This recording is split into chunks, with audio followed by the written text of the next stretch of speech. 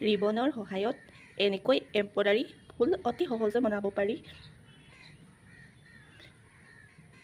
এপাহ ফুল মই কৰি দেখুৱাম।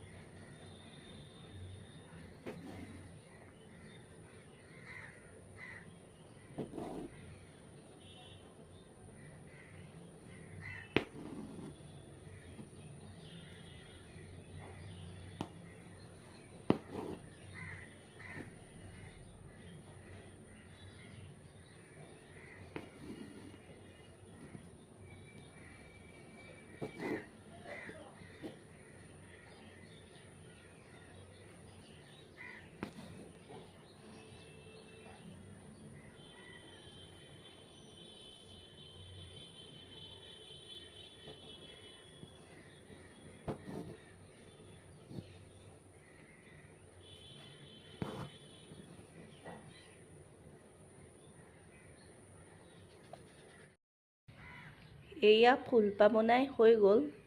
আপোনালোকেও ইচ্ছা কৰিলে এনেকৈ চাদৰ মেখেলাত ফুল কৰিব পাৰে।